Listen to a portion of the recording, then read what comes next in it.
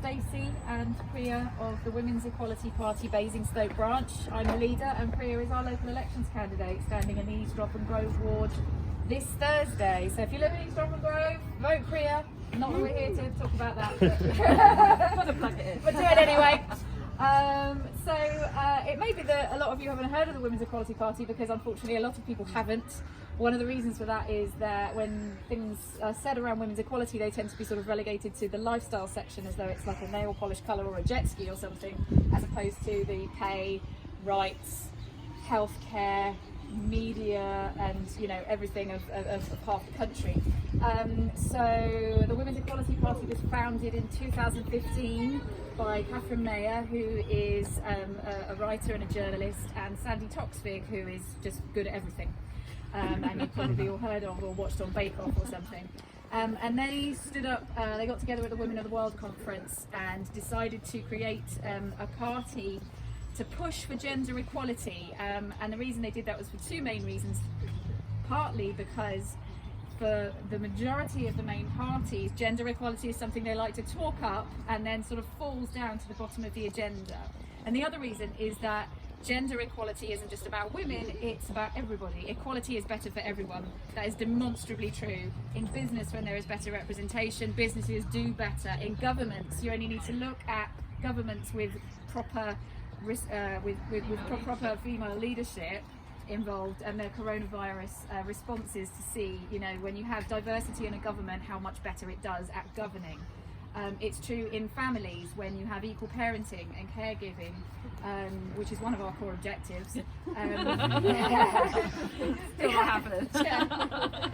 We have when you have equality in families and equal parenting and caregiving, it means that men get to spend more time with their families. And of course, if you have equal pay, it means families can make the best decisions for themselves rather than having to stick to outmoded sort of 1950s models of family life. So that's why it was set up. I joined immediately. I heard about it, didn't really do anything about it for a couple of years, and then decided that I wanted to be more active. So I started initially going to the Reading branch, then decided that that was too far away, and I hated driving to Reading because the road to Reading is horrible.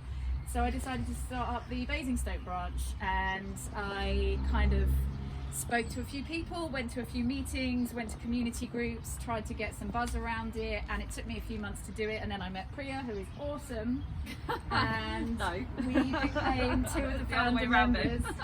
We became two of the founder members of the Basingstoke branch, and we officially launched in 2019. So we are actually only 2 years old as a branch.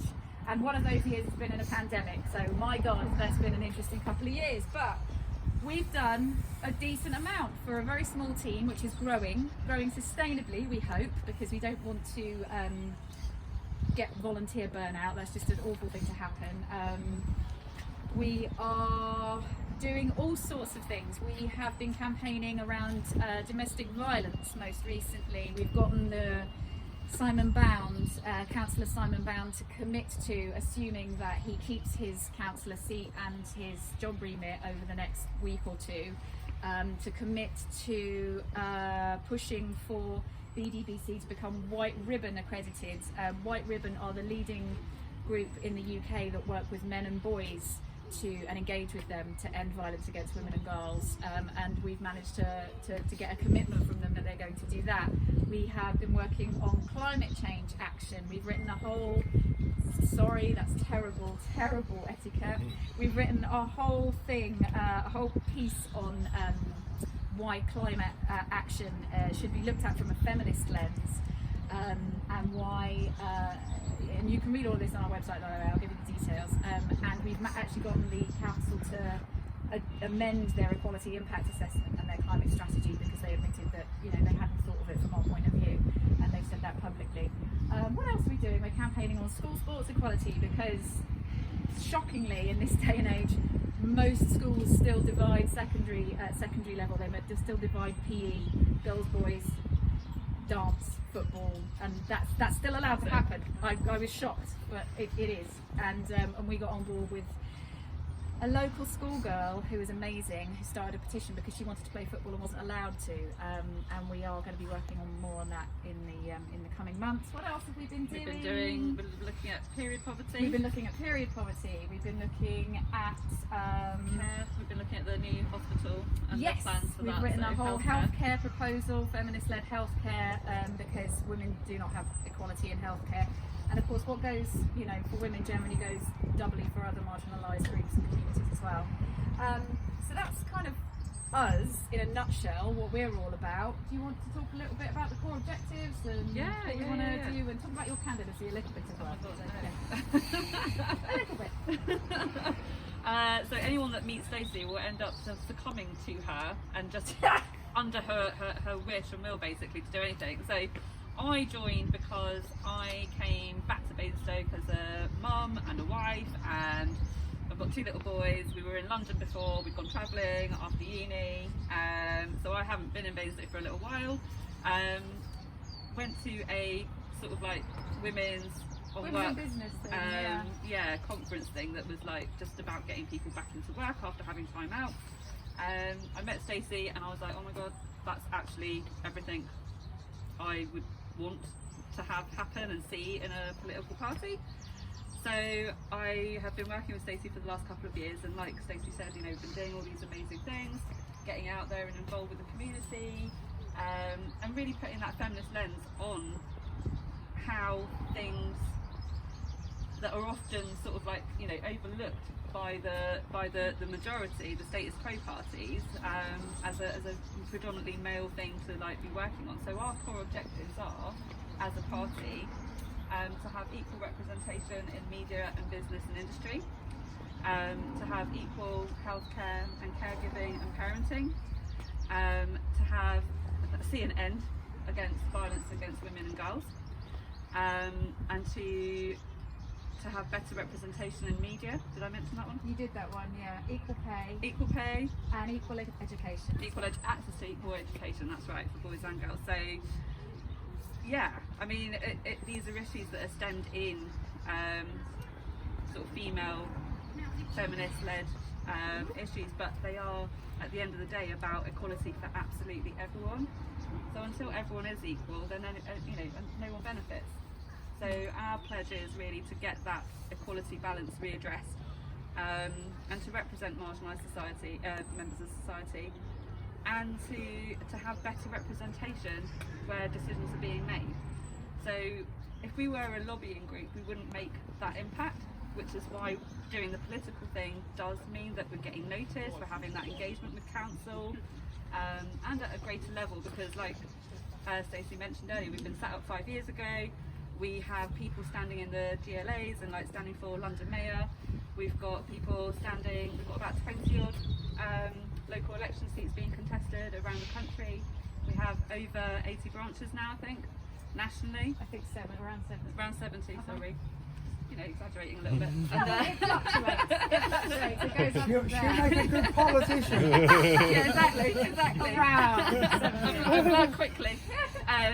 Yeah, I mean, I'm not a politician, that's the other thing, I have stepped into this totally blindly, but just really from having that lived experience, and I think that's really important. It's not about knowing what to say or what to do or who to talk to, it's about actually having a voice and having it heard. So we are learning the ropes as we go along. Stacey set out the branch completely and entirely on by herself. There's me and 4 others that are all helping out to do what we can. We all have families and day jobs and all the rest of it. So we're just taking it as we come, really, but day by day. But we are getting that change noticed and that push being made. And I think people are starting to finally realise as well that actually we do need better representation, and at a local level this is where it starts. So for us it's about really pushing forward with our national party objectives, but also locally to like see better investment and inclusion and accessibility for our town centre, for our climate strategies, for the new hospital and healthcare provisions. We want to see women's health put at the forefront of that.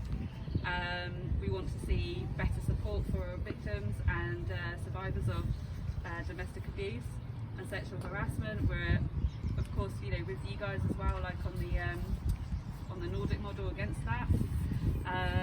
Well, to be transparent and upfront about it, as a party, we are for it currently because it was voted in at our conference, and we're a grassroots party. Priya and I personally are not in favour, and I honestly think if we had a conference tomorrow that would be voted down. But at the moment, that's where it is. The national line, yeah. When it first came in, it was on the. It seemed to be the way forward until for a little while, didn't it? But I think that was in 2018, I think. 2018 conference that was voted in. I think that will be voted down probably at the next one as well, because there's a lot of questions around it. But anyway, that's where we are.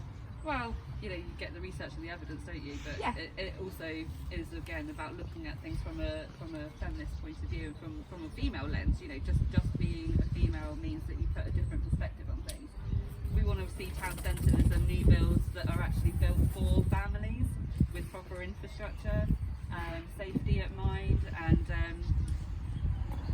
resources that can be utilised by the community, so it's not an individualistic or commercial gain out of it all. And we just want better, basically. So in a nutshell, that's where we are. So I think we won't go on too much longer because we talked for quite long enough, but a little bit what we were coming to talk to you guys about was about how we collaborate as a party. Our objectives are there because we believe that they are better for everyone, but we as a party don't particularly want to be doing this. We want someone else to do it, and we want to go home and binge watch things and eat biscuits. We don't particularly want to be in power.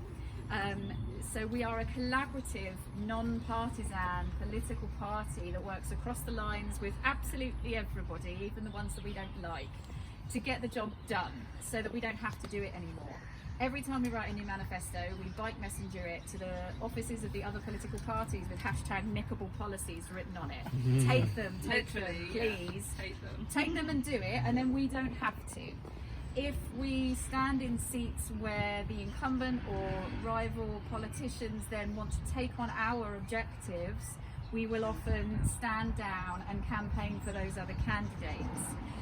We are the only political party that has an affiliate membership option where you can join us if you are if you're a member of another party as well.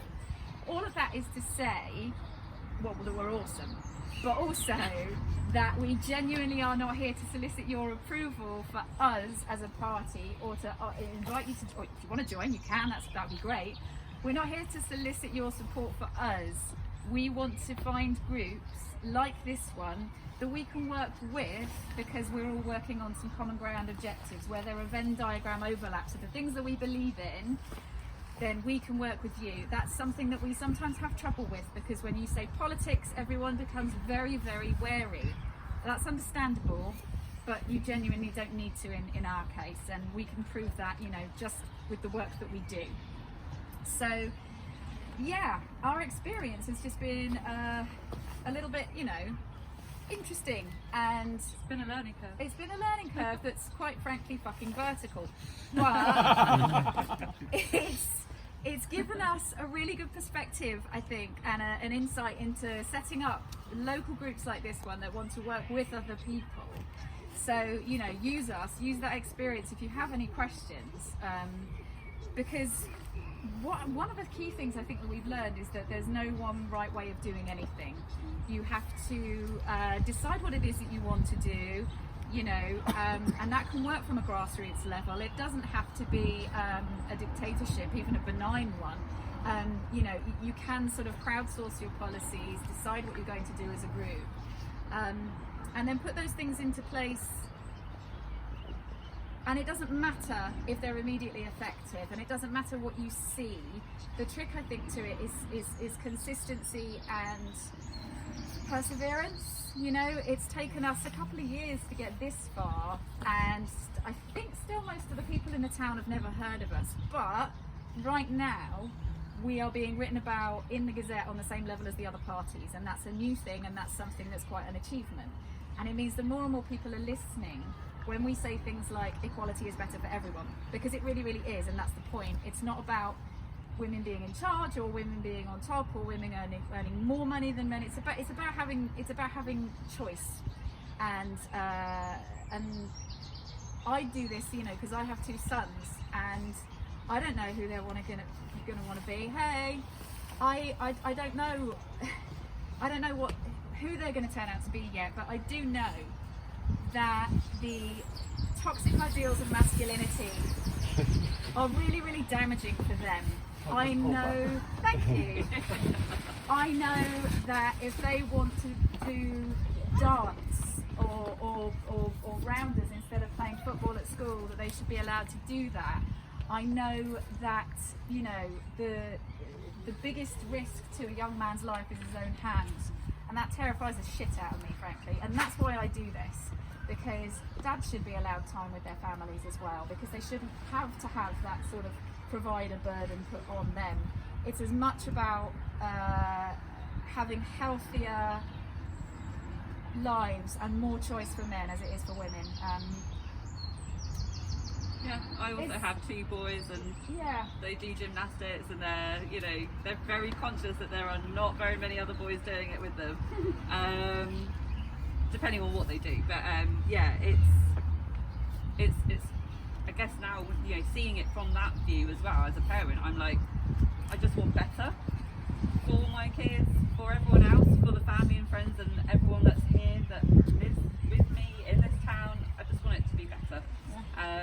And it is home, so I'm passionate about it to like just do something, because I was born and raised here. This is home for me. So I think that's what we all want to do, isn't it?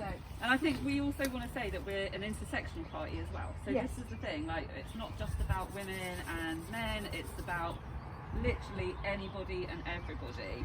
And that's really important, because those voices, we're not heard. So that's what we're about. We ran a live panel, Priya ran a great live panel just the week before last on pandemic disability in the community, and we had some voices from different sections of the disabled community and disabled care community, and that was really, really good, just talking about how people with disabilities have been completely left behind in the pandemic and just absolutely left high and dry in an unacceptable way by this government. And it's really important that we hear those voices. So that's something that's really important to us as well, intersection on all levels.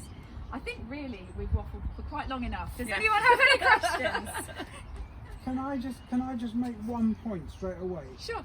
One of the terrible inequalities that I face as an autistic person is if you have autism and you're a boy or a man, you get diagnosed with autism. If you're a girl, you get a diagnosis of personality disorder. Yeah. And many of my friends who have autism, and I can see the same symptoms as me, have had a 20, some cases a 30-year fight to lose a personality disorder diagnosis and get an autism one. Yeah. And that's purely because they're female. Yeah, that is one of the aspects of our. We have an equality and healthcare manifesto, and our founding leader Sophie Walker has an autistic daughter, and this is something that she's said exactly that, and is very, very passionate about. Those all sorts of healthcare differences are there when you're looking at diagnoses and people's innate bias when they look at you and they look and see a man or a woman or whatever and make decisions based upon that. It really is something that needs to be undone. Were there any other questions? I heard one other point. Sure. In Surrey, we've had travellers that have bought sites, spent millions of pounds on buying a site, and the local authority refused to let them use it. Oh, yeah. And that's completely disgusting. There were no sites by the local authority. They went and clubbed together and bought a suitable site away from the town, no problem with anyone, and the local authority put a 10-foot high fence around it and wouldn't let them use it. Wow, that's terrible. And From whom did they buy the plot? they bought it from a local farmer. Sorry? They bought it from a local farmer. It was a field that the farmer couldn't use because it was often waterlogged, and they were prepared to put the money in to put drainage in to turn it into a livable site, and the council just said no way. And another group near Woking actually actually went ahead against the council and actually started living on the site, and the council then forced them to live in a fifth of the site. They crammed everyone together in a tiny, tiny corner and wouldn't allow them to use the rest of the site. And my final thing is a question. If they're going to arrest people for trespass and they're going to make it criminal, does that affect wild campers?